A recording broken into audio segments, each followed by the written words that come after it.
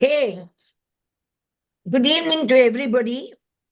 Please open up your videos if you're not in a car or if you're not doing something else or if you're not traveling, because Good it makes it more interactive and more meaningful for me also to talk.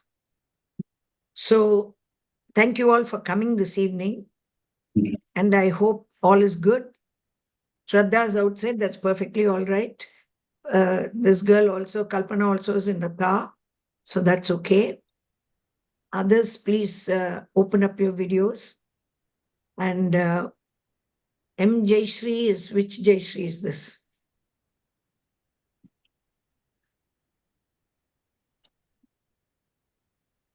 Poonam Samtani is just joining. Let her join. Is this timing a very inconvenient time? Any time is inconvenient depending on what you have in your life happening. Okay. Now, what I want to first, after welcoming all of you and thanking all of you, I want you to understand that today is just a very quick, brief introduction to the scope of what you can be or do when by unlocking the brain's potential. Okay, so we're going to explore the scope. This lady is having some trouble joining. I think she's on two devices. Okay, we'll carry on. So let me share my screen.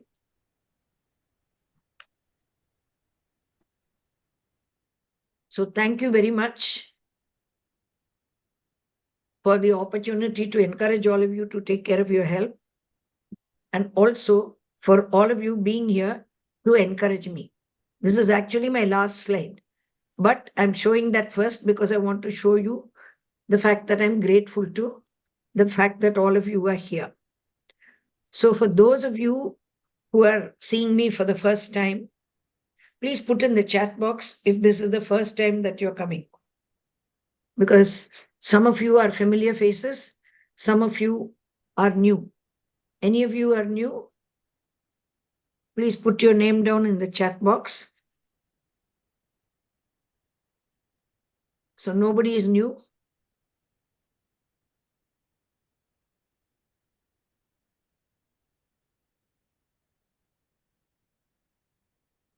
Nobody is new. Okay, fine. Great. Right. So today we're going to talk about how you can unlock your brain's potential. Now, the brain, we all thought for many years, was something which developed when we were children. And then afterwards, it just stayed with whatever we developed as children, and we could not change it anymore. So, with this concept, this went on for a long time. Just a minute, and this person is going on asking to join, but she's not joining. And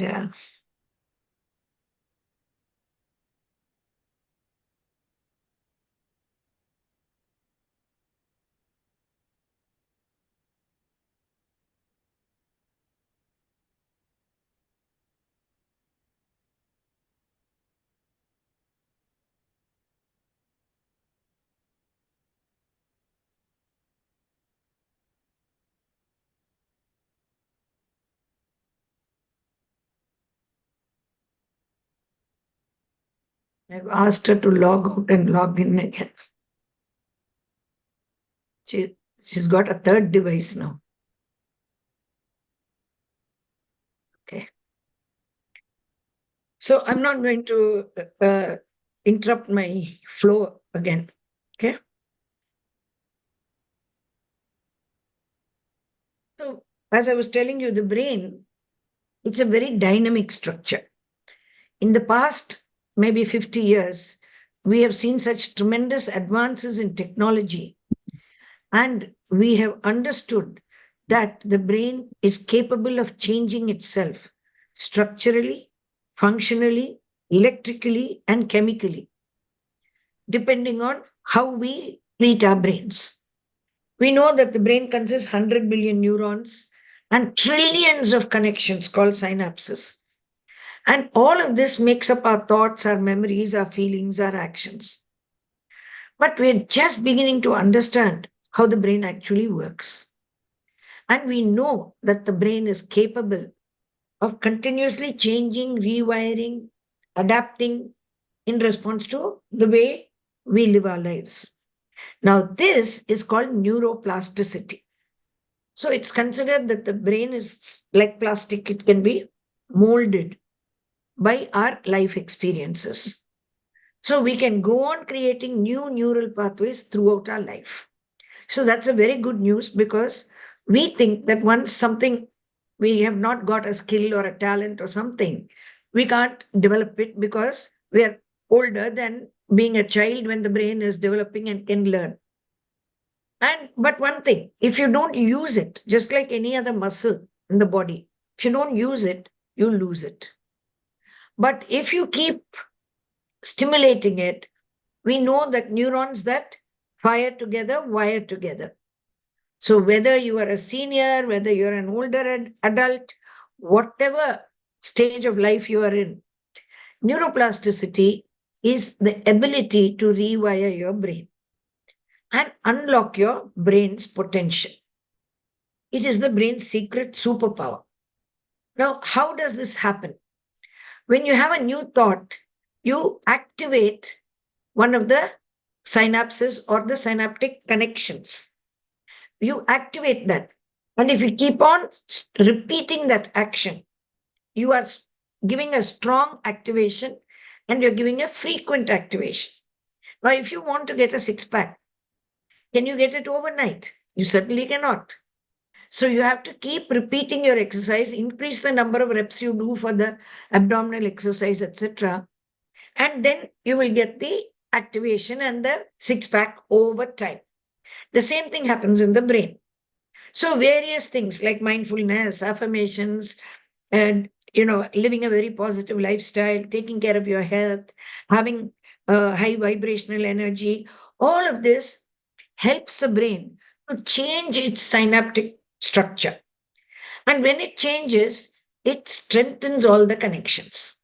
And when you learn and keep on reinforcing this, you're able to create a new behavior, new results, new habits. But supposing you're lazy and you don't activate your brain, you just drift through life, you'll find that it does not change the synapse. And when that does not change the synapse, your brain does not have the superpower to be more than it can be and to be as much as it can be. That is what you have to understand.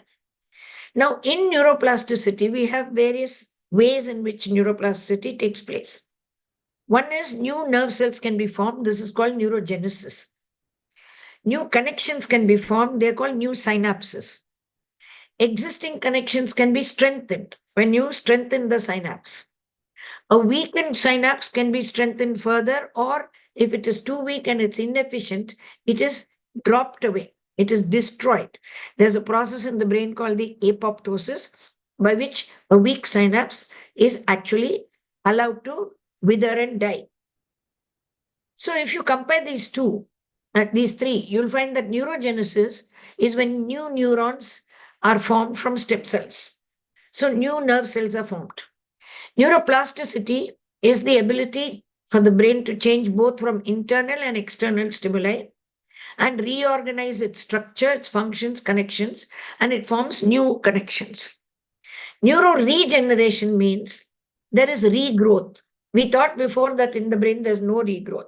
We know that in nerves, certain factors can influence and we can have regrowth in the nerves, in the external nerves, etc. True that in the brain per se, some amount of nervous tissue will get permanently destroyed when there is damage. So new connections, new support cells, all of this can get repaired. And that is called neuroregeneration. So neurogenesis, neuroplasticity, neuroregeneration, all of these go on in response to our external inputs. And I told you that the neuroplasticity can be structural, where there is actually a change in the structure of the brain. certain parts of the brain which we are stimulating can actually be bigger. Now, for instance, if a person is learning the piano and is continuously playing the piano, the finger area of their motor cortex will be larger than it will be for you and me, where we don't use our fingers so much in such complex ways as is involved in playing the piano. After a brain injury, there can be also be repair processes where you get a functional neuroplasticity. And older neurons which are damaged die, and new neurons and new connections can form. So you can get a structural neuroplasticity, you can get a functional neuroplasticity. So what we're saying is, you do something to stimulate your brain, it wakes up the neurons, it activates it. And this is the basis of a lot of therapy that we do, like speech therapy, occupational therapy, physical therapy, etc. But the whole core of activating neuroplasticity is repetition, repetition, repetition. So our behavior may be scattered like this. But when we keep practicing, practicing, practicing, we can bring it into a focused activity. Likewise, the representation of that particular function in our brain may be only this much area. But with repeated practice, it can be made larger. The nerve cell itself may have only one or two connections. But when we practice, we extend the extent of the connections. Now, all of this is the basis of habit formation. In general, habit formation takes 18 to 254 days for us to form a habit. But on an average, it is 66 days. But for the habit to form, the front of your brain called the prefrontal cortex has to make a conscious decision that it wants to do that behavior. And as soon as it becomes a habit, this new behavior which you have created goes off into the subconscious level and it's on autopilot. So habit formation happens in a part of the brain where the basal ganglia, which is in the depth of the brain, takes over the function from the consciousness of the prefrontal cortex. So if you do it regularly and if you do it with intention, it has to form a habit, and it will form a habit in 21 to 66 days. So what is the habit loop? The habit loop, it's a cycle. First, there is a cue. Something triggers the habit. The second, there's a craving. Is the urge to do something for that trigger. Response is what you actually do when you decide to do something about the trigger. The reward is the emotional pleasure or the dopamine kick or the dopamine hit that you get when you satisfy the craving. Also, you get a big relief when you satisfy the craving. Because if the cue is something that was very powerful and it triggered the desire, you get a reward. And when you get the reward, you want to repeat that same cue again.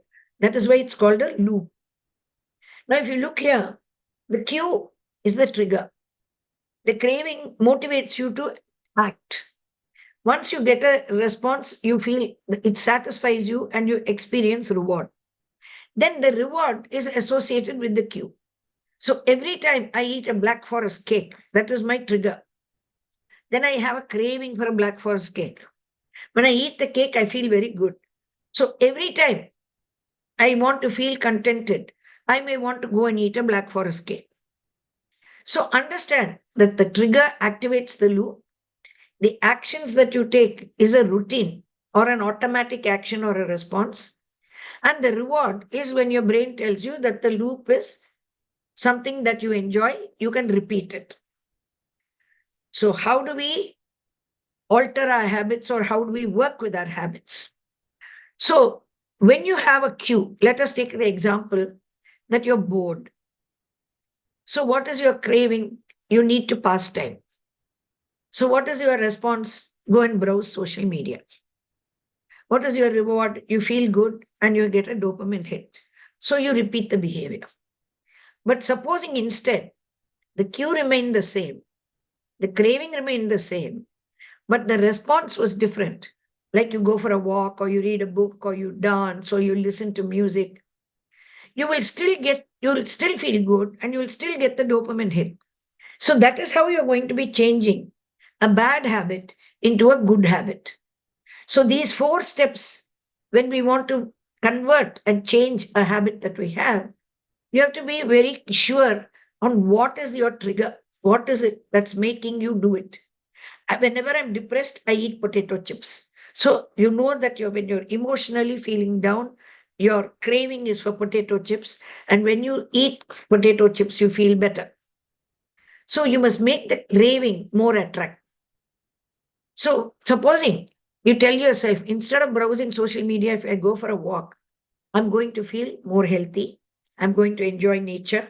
I'm going to enjoy fresh air, sunshine, blah, blah. You have to convince your brain that that is more attractive than sitting in a room browsing social media.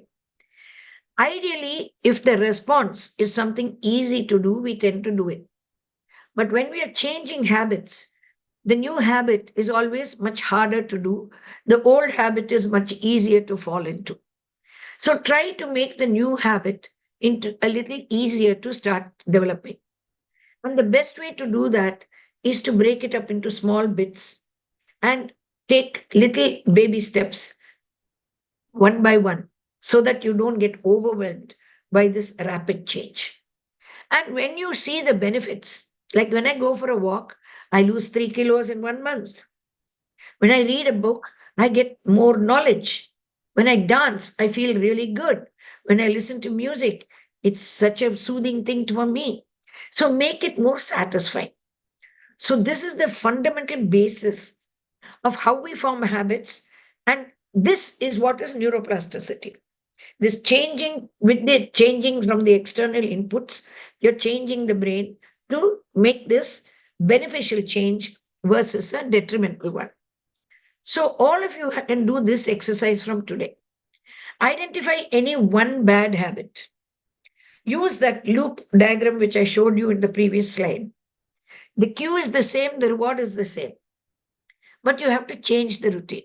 So let us say that after a hard day's work, I want to relax. I come home and I want to have a drink.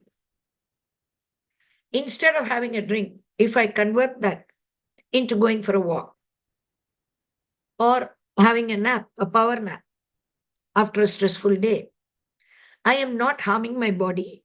And at the same time, I'm having a reward. So all of us have this, we obsess about a lot of things. So if you're anxious, if you're obsessing, stop and think, can you change that to a different way of thinking?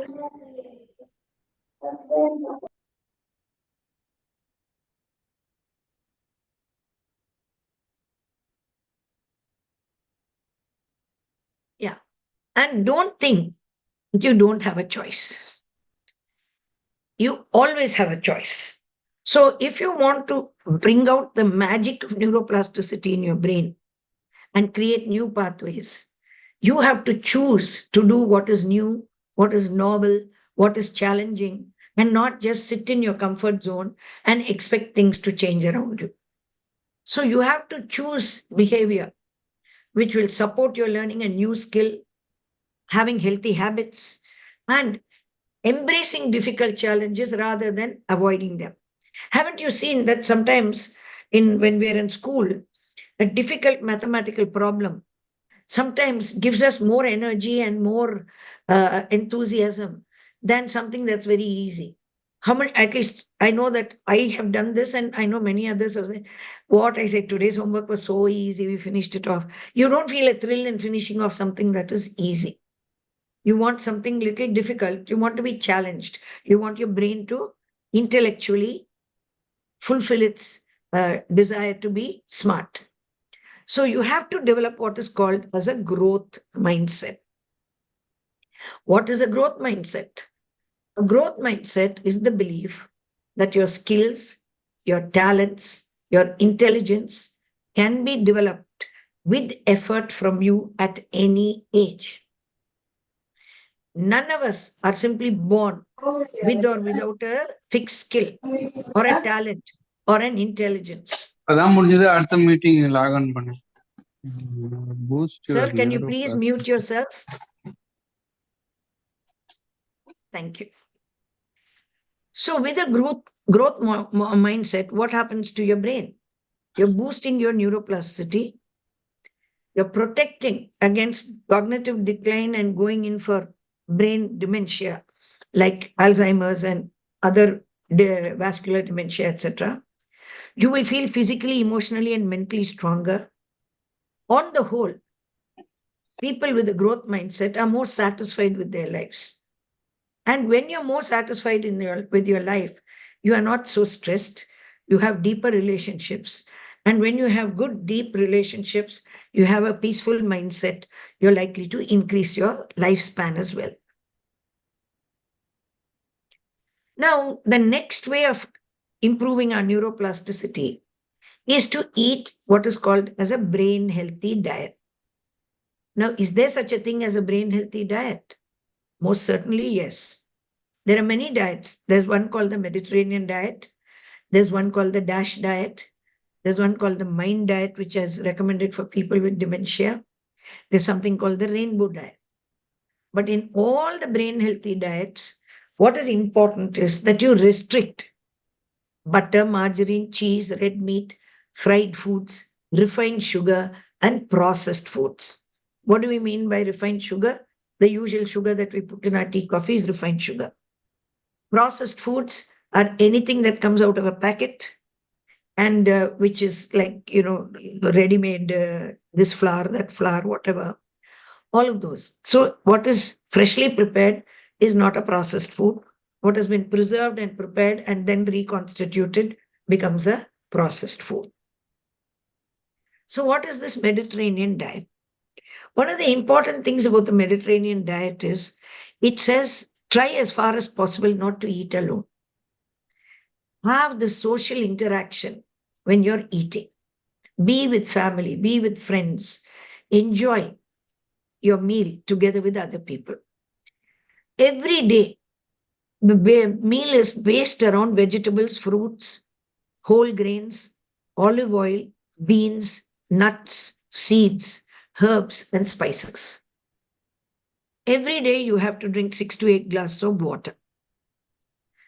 If you are non-vegetarian, so it's a plant-based diet, largely a plant-based diet. If you're a non-vegetarian, at least twice a week, it's okay for you to eat fish and seafood. Weekly, you can have moderate portions of chicken, eggs, cheese, yogurt.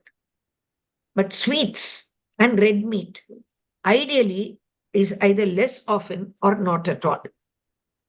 Red wine in moderation contains something called resveratrol, which is good for your brain. So if you look at the content of a Mediterranean diet plate, it will be like this, full of color, green leafy vegetables. There is chana here, there is tomato, this is quinoa, I think, onions, blackberries or blueberries, cucumber. So there's a lot of color in the plate, and there is a lot of plant-based substances in the plate. Now, the DASH diet is meant, particularly, it was developed by a doctor specifically for people who have hypertension. And even here, you'll see you are asked to take per day 4 to 5 servings of fruit, 4 to 5 servings of vegetables, 6 to 8 servings of whole grains, 2 servings of low-fat dairy, and 6 or less servings of meat, chicken, or fish, and heart-healthy fats and oils. It's very similar to the Mediterranean diet. But if you look here, they don't allow you any fried foods at all. There they say eat in moderation. So if you look at this plate, it's avocado, boiled egg, blueberries, chana again, tomato, cucumber, green leafy vegetables. This is either flaxseed or senna or quinoa. So you'll find that even this diet is largely a plant-based diet and with less non-vegetarian in it. What is the MIND diet? In the MIND diet, they allow you to eat a little more fish.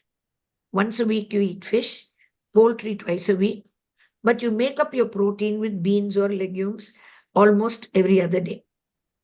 And they insist that you eat 1 serving of nuts every single day. And of the nuts, the least helpful is the cashew nut. So don't eat too much cashew nuts. Almonds are okay, and most of the other nuts are okay. If you're not allergic, or humble peanut or groundnut is very good for boosting your protein. And they encourage you to have a salad every day, any kind of berry twice a week, and 3 servings of whole grains each day, and not more than 1 tablespoon of butter, and cheese and fast food and all that. Ideally, I would say avoid. Pastry and sweets, not even 5 times a week. They're more liberal than in the DASH diet. But I would suggest keep it at a low range and get your so-called sweet tooth craving fulfilled with fruit-based sweets. Then the rainbow diet. In the rainbow diet, it's very simple. You just put a lot of color in your plate. So this can adapt to the Mediterranean diet, to the DASH diet, to the MIND diet, whatever. And when you do that, you can be very creative in your menu planning. When you have a rainbow, lots of color in your plate, you're taking care of your body, mind, and spirit. So it improves your mood. It gives you, you enjoy your eating much better. And there are a lot of plant colors, and it gives you more energy. So these are just some examples of red vegetables and fruit, purple vegetables and fruit, orange colored vegetables and fruit, yellow, green, etc. But end of the day, all the diets encourage you to keep it largely plant-based and to put lots of color in the plate. So just keep this image in your mind and make sure that you're bringing in lots of color and having 3/4 of your plate should be plant-based. Actually, our South Indian vegetarian diet is quite a good diet because we have a kuttu, we have a poriyal, we have a vegetable in the sambar, we put tomato in the rasam, and we eat yogurt. So it's quite a good diet. Only thing is, we eat a lot of rice. Many of us now have cut down. So you'll find that even our traditional South Indian diet is quite a good diet, which incorporates this. But we could do with more color. We don't put so much color. And we don't, like the North Indians, we don't eat a salad with every meal. We do have this course meal or tair pachadi, which we do, but it's not a regular thing that we do every day. But your tair pachadi is the next best thing to eating a raw salad. Now we move to the third element for improving your neuroplasticity, exercise. You have to commit to some kind of a weekly workout regime. You increase blood and oxygen to your brain, and consistent regular exercise can reduce, even if you have a family history, reduce your risk of Alzheimer's vascular dementia.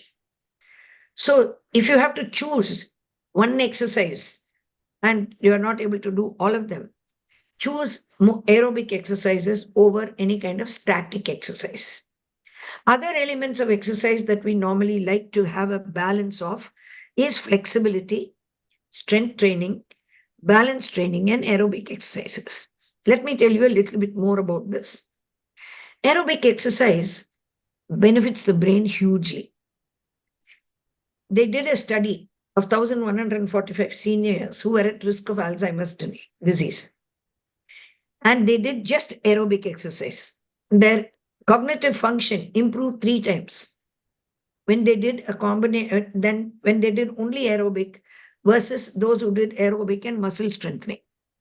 So he says significant improvements can happen in their cognitive thinking and their executive functioning if they do aerobic exercise 4 times a week.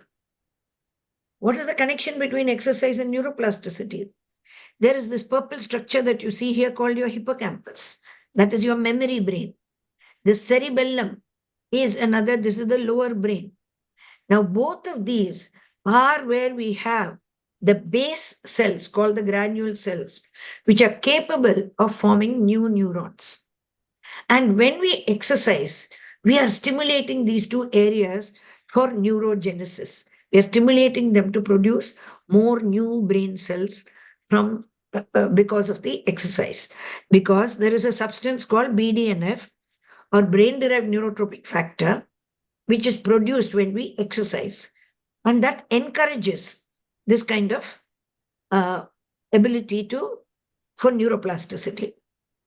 Now, flexibility is something very important. But many people think to do flexibility is complicated. You need a trainer. You need a trainer and all that. Actually, flexibility can be easily done at home by just doing some stretches. I know that this chart looks like very complicated stretches, but there are many stretches which can be incorporated. Like, for instance, to stretch your neck muscles, all you have to do is this: turn to the right, turn to the left, like that 10 times on each side. Also, you can do stretches for your arms, like this. That's a stretch. You can do a stretch like this. You can do a stretch like this. So there are a lot of ways in which you can adapt. And if you ask a trainer or somebody who does teach exercise, they will be able to guide you no matter what age you are, how stiff you are. There are many exercises which a senior can do sitting in a chair also. So it's important to have flexibility. It's important for us because as we grow older, we lose muscle. So especially if you're an older person, you have to do some light weights. One of the light weights that you can do is 2 1-liter bottles filled with water. You can hold those 2 bottles and do the same exercises. You're actually doing what is called as a strength training or a resistance exercise. Core and balance training is extremely necessary and important. Can we watch this? We can talk Payal, later. can you please mute yourself, madam? Thank you. So core and balance training is very, very important the older you are, because our cerebellum actually begins to atrophy, and that is responsible for our balance, and we tend to fall. The biggest risk in 60 plus people is the risk of fall. So you have to develop your core and balance training. And these are all just examples of how some of the exercises which help you to. And you'll find in many parks, there's one figure weight on the ground. If you walk in that actually trains your balance. Walking on your toes, walking on your heels, walking sideways, like these cricketers do, but not at that speed. You walk, they jump. You can improve your balance by many of these things. And when you're doing any balance based exercise, if you're standing on a little ball like thing, which they encourage people to do to learn balance, please make sure that there's somebody else around. Because if you tip over and fall, you could break your hip. Last but not least is the aerobic exercise. There are many aerobic exercises you can do in a park, at home, etc. Skipping rope is a good this thing. A rowing movement. There's what is called as a rowing machine in the gyms. Just running, walking, swimming, cycling. All of these are aerobic exercises. And dancing is a very good aerobic exercise. So we have seen now aerobic exercises, core and balance training, strength training, flexibility. And we have said that aerobic exercise, if you had to choose only one of these, choose the aerobic exercise because that gives you the maximum brain effectiveness. Now we move on to the next way in which to increase your neuroplasticity, which is mindfulness. Now, what is mindfulness? It's a state of active, open attention to the present moment. Now I'm doing this talk with you. Now, supposing I was fiddling with my phone, I was, watching something else happening nearby and doing this. I am not paying full attention to the present moment. So it is an awareness by you pay attention on purpose to the present moment. You don't fritter away your attention elsewhere. So that is why when we scroll social media, when we are scrolling on our phones, etc., we are actually doing multitasking with our brains, which is not good for us. And it has amazing benefits for your well-being. Now, I have learned very much to live in the moment. See, I do not worry about, I've got a seminar at another webinar at 8 o'clock. I'm not worried about it. I'm only worried about the next 1 hour where I want to finish this webinar satisfactorily with my full effort, full value, full attention. So it gives you the ability to put on the brakes. So when there is something challenging which comes in front of you, if you've been practicing mindfulness, you don't react. You pause and respond, which is a huge thing. Because very often we mess up our lives because we have this knee-jerk reaction of reacting, especially when something is stressful or something is upsetting us. So, for mindfulness and habit formation, you have to make an intentional choice. In the morning, should I go for a walk or should I just stay in bed? Should I binge on Netflix or shall I reach out to a friend? Shall I write my gratitude journal or shall I keep scrolling my device? Shall I do the work that's necessary to see the realization of my passion project? Or shall I just keep watching the news or flipping channels on the TV and just passing time? Should I choose between sugar or vegetable? Do what it takes to finish the project or procrastinate it because I find the project difficult? So, mindfulness is being aware of these choices. And if you keep making the right choice and repeating it, you're creating neuroplasticity in the brain and you're improving your brain to get into a better way of uh, doing its work. So you're actually unlocking the brain's potential by that. So meditation is wonderful. It has been shown that this orange portion of the brain called the cingulate gyrus, especially the posterior part of the cingulate gyrus, this is the posterior part, the back part, is a part of the brain which we need for planning, for organization, etc. So if you learn mindfulness, you practice meditation, you'll find that your ability for planning and organization actually improves. Another thing is we have a part of the nervous system called the autonomic nervous system, which has two segments, the sympathetic and the parasympathetic. Now, the parasympathetic is the rest and digest mode, which grounds you, which keeps you calm, which is the soothing part of the autonomic nervous system. When you're all hyper, we say, no, oh, she's very adrenergic, we say. When you're all hyper and stressed and this thing, your sympathetic system is active. So you'll find here your heartbeat increases, you get breathless, your glucose metabolism gets upset, your pupils dilate. It's what gets activated when you're in fight and flight. So I faced with the challenge. I either have to fight or I have to run away from it. My sympathetic nerves are stimulated and I'm hyperadrenergic. But when everything is calm and I'm happy and relaxing and enjoying myself, I'm soothing my parasympathetic nerves. So the whole trick is through mindfulness, we make our prefrontal cortex make a conscious decision to be in the parasympathetic mode and not in the sympathetic mode. Now, when you want to learn mindfulness, you can practice mindfulness in every portion of your day. While you're having a shower, fully focus only on the shower. Appreciate the fact that the water is falling on you, trickling down you. Feel that, enjoy that. If it's warm water, feel it. If it's cold water, enjoy it.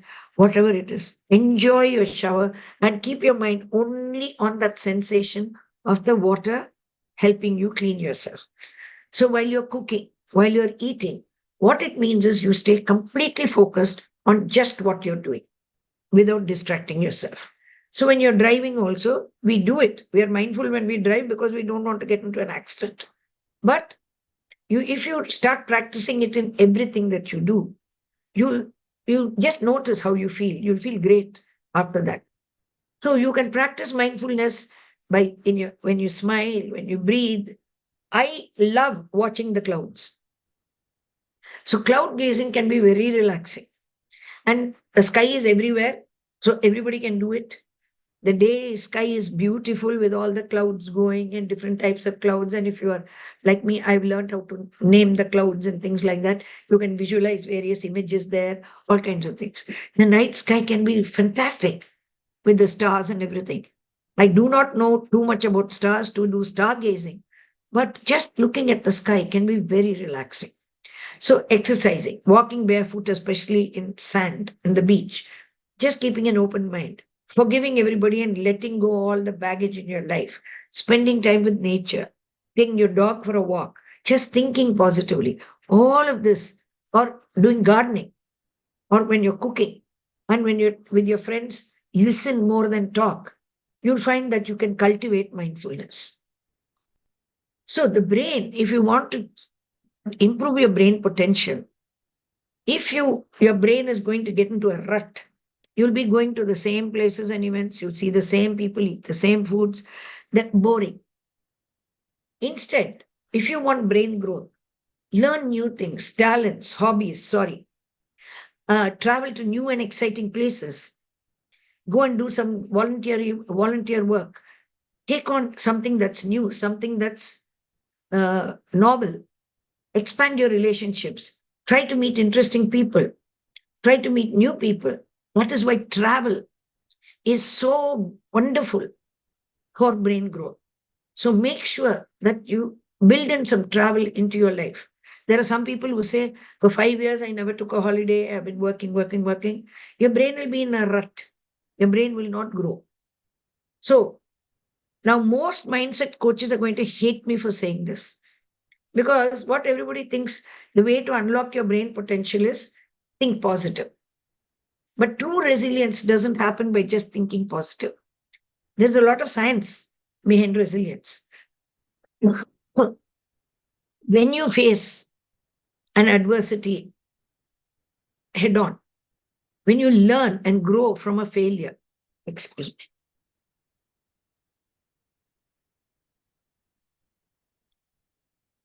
and when you adapt to change which is happening around you, these are all key components. So at Creative Karma and Be Your Best with Dr. Prithika Chary, we bring in the science of resilience into your life. Our coaching programs can transform your mindset. So visit our website, drprithikachary.com. Unlock the science of resilience. Discover how our evidence-based coaching can help you to build genuine resilience. And don't just wish for resilience, wish for a stronger mind, wish for courage, wish for moving out of fear zone. You have to sit down and work on it, build it, invest in yourself, invest time, money, effort, and patience to do it long enough and to persevere and to have grit to see it through to the end. And only then you can build it. So activate the neuroplasticity of your brain today and face your senior years with health, energy, joy, and peace. And how many of you would like this to happen in your lives? I want to see, wait, let me get to the, and open the chat and see you guys.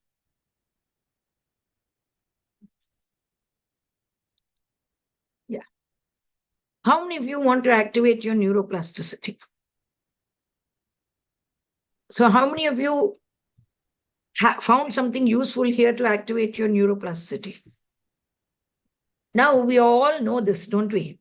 That we have to eat right, that we have to do exercise, that we have to be, mindful, live in the moment. But why is it we don't do it? Because we need somebody to push us. We need somebody to make us accountable. So how do you get accountable?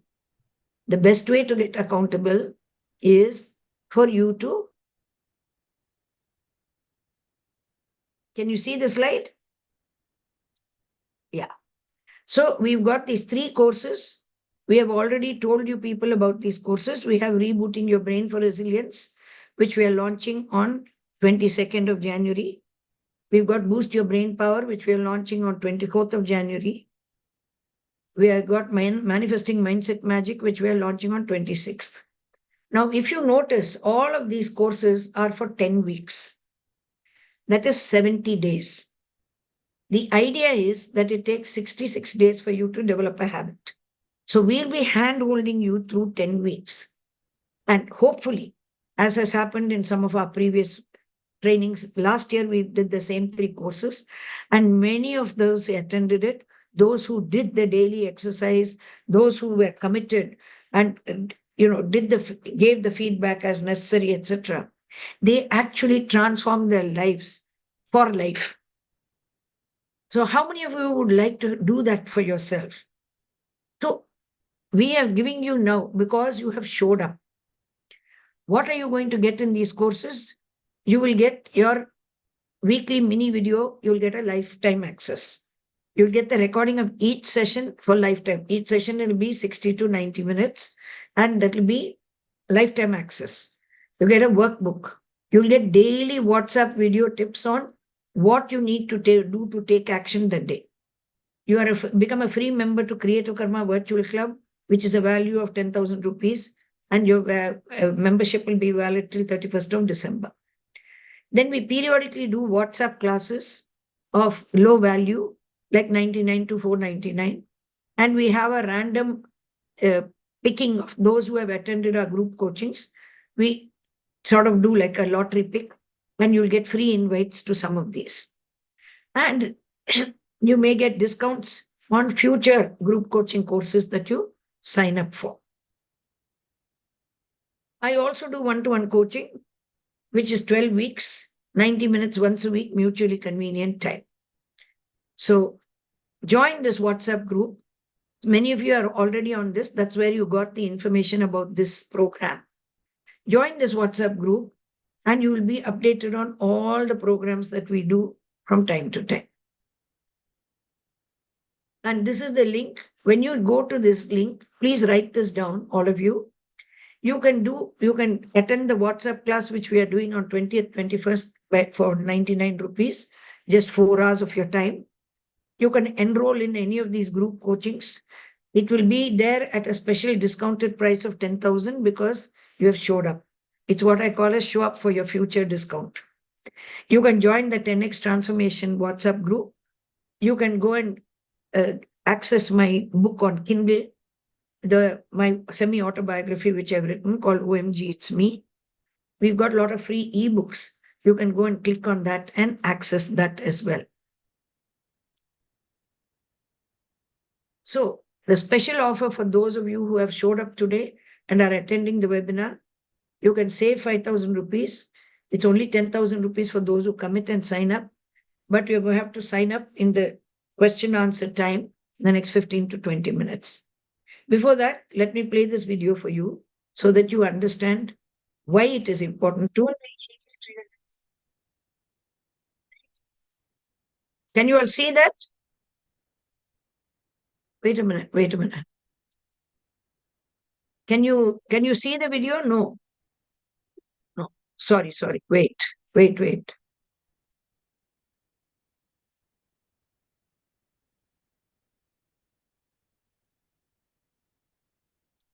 Mindset Magic group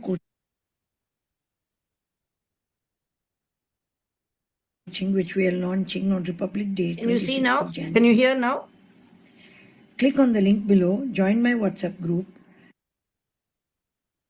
I need you all to put it in the chat whether you're able to see or not. Can you hear? Now can you hear? Register for it right. Do you want to make changes to your life? 90% of creating your own life is for you to show up. Because if you show up, something good might happen.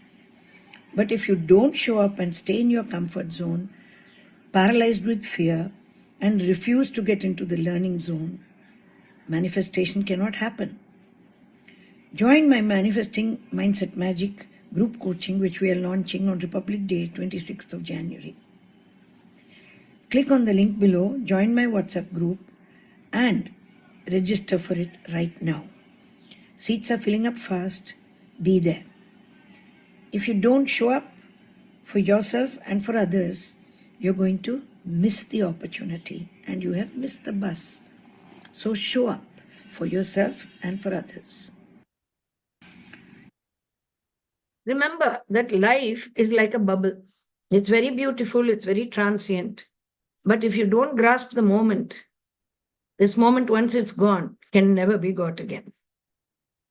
So take action, invest in yourself, and let me assure you that we are here to give you a lot of value. Many of you have experienced the value in our last month's WhatsApp class.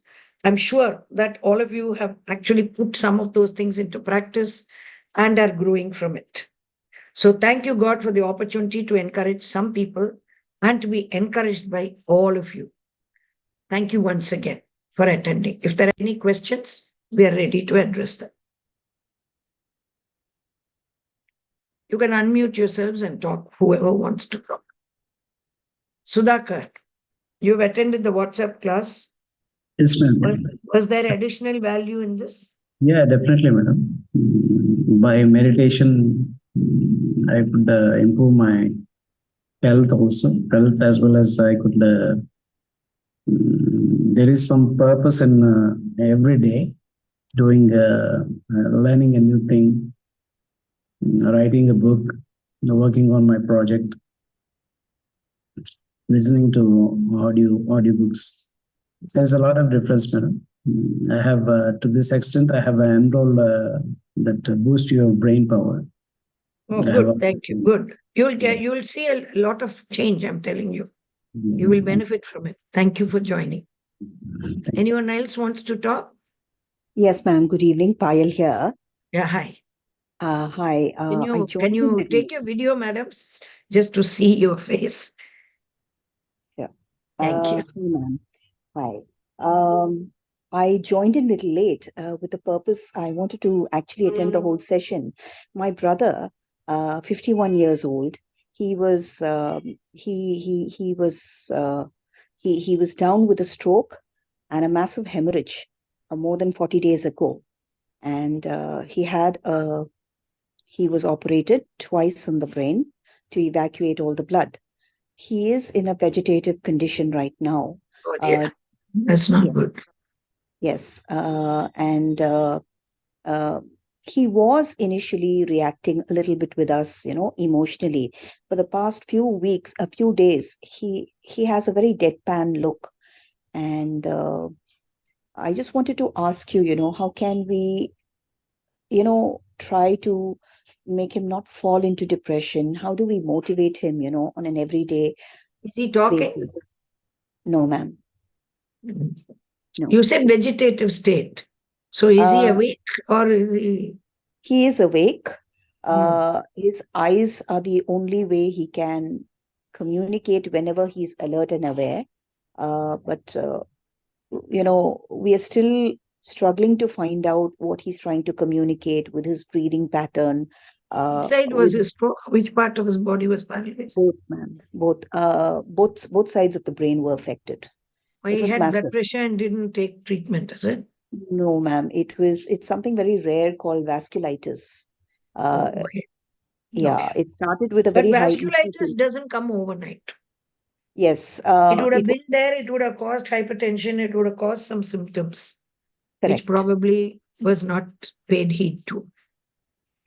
Yeah, yeah. So, but when there's hemorrhage, what happens is it depends on how much of the brain tissue was damaged. You see, when you remove the blood, there is what is called as destroyed brain tissue also, which comes out. Right. And that the surrounding brain has to be smart enough to try to make up. Correct. But we do not know how much good brain is there surrounding that area. Okay. So any rehabilitation measures is to try to make the surrounding brain take over some of the function of the removed brain. So he was home. And there will always be that deficit of the removed brain, whatever job the removed brain was doing. So you cannot get 100% recovery, but the rehab should be targeted on the part of the brain which can take over. Yeah, we just got home probably, 5-6 days ago with him because the doctors were scared he may catch a bug and, in the hospital. Correct. So we did bring him back home and the rehab has started.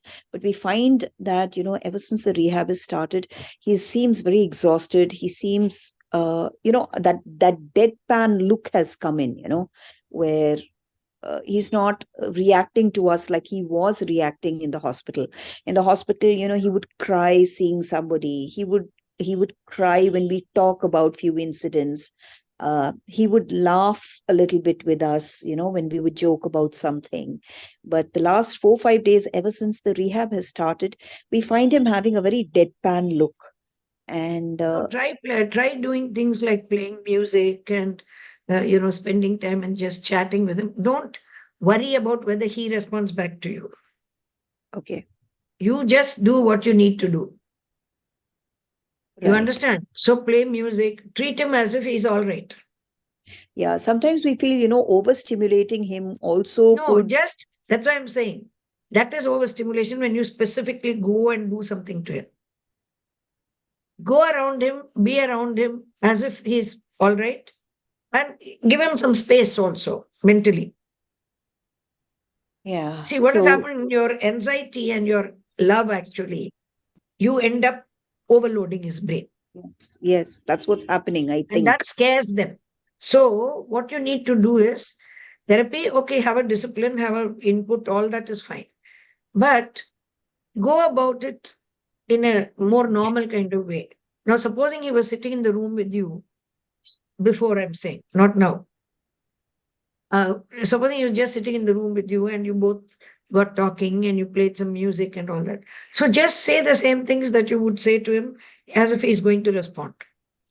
Right. Like, That's for what we instance, do. let us say, supposing you have a daughter and she had achieved something in the school or college or whatever. So come with the same enthusiasm. Don't come and say, should I tell him, not tell him? That's what happens.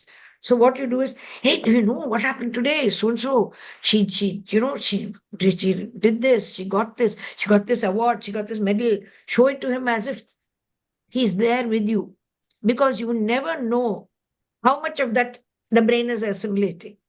Correct. There's Ma'am, no way of knowing. So what what will about. happen is you keep giving that stimulation, and the brain will suddenly absorb something. Hmm, But if you come and do it in a systematic way, okay, 8 o'clock, okay, we start physiotherapy, you have to do it in some regime. But otherwise, 8 o'clock, I'll spend 8 to 9 with him and I will talk to him. Then I'll go away. Then I come. If you do it that way, the patient gets very depressed. Why is he not as responsive at home as in the hospital? In the hospital, the nurses, everybody comes and goes normally correct. around him. Correct. They just go about what has to be done and they Ma'am, involve him as and when necessary. Not yeah. they don't Ma'am, go targeting and doing it. what about, when, we are discussing about something like right now, today, he's had a rough day where his BP is very abnormal and his respiration is also very abnormal. He has a slight fever. So we're trying to, See, there are limitations on everything, and yeah, he's a sick man. yeah. So also So how accept much that, do we discuss in the room with him around? not the negative things. Okay. You talk and discuss the positive things, Okay. So we and don't positive things in your life to an extent that it doesn't make him feel regretful. It's a fine balance. it is It very is. tough, ma'am. Mm. Uh, so that's why I wanted to attend your class. Thank you so much. Uh, Now, what you do is just behave normally in the room, go in and out of the room, like going about your usual work, not mm, negligent, but not too involved also. mm, And periodically say, hey, I just came by, how are you feeling? Or something like that. It yeah, doesn't matter if he doesn't, because there is a condition called locked in syndrome, where they know and understand everything that we say. But you cannot, they won't be able to talk back. It's part of, and what happens is locked in syndrome, sometimes they're like that for a long period of time, and when they recover, they are able to tell you everything that happened. So we really do not know what the brain is doing behind that mask. yeah, yeah. So We just are in that, and also how much physio to do, because we no, find no, him no. look Say how angry. much physio to do is determined by the patient's energy. He looks very angry, and No, angry he will be because it's hard. I told you, no, When something is hard, we like to go back to our comfort zone.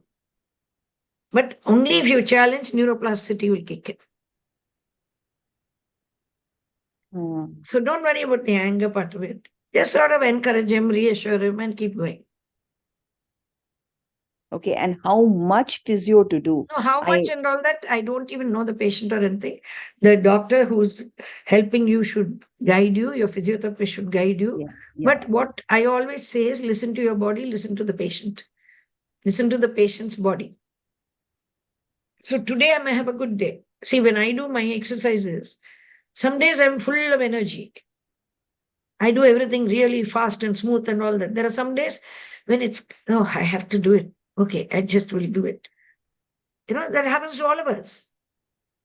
And more so for people who are not okay. Right. So you have to titrate it with the patient's condition.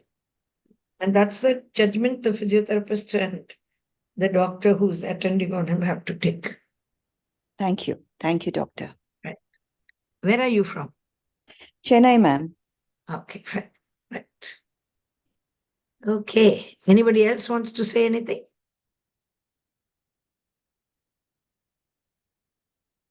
Because I've got this next session at 8 o'clock. Those of you who are interested can rejoin for 8 o'clock also. Aisha, you want to say something? Shraddha? Maunika? Pavitra? Okay. Pavitra, did you benefit anything from this?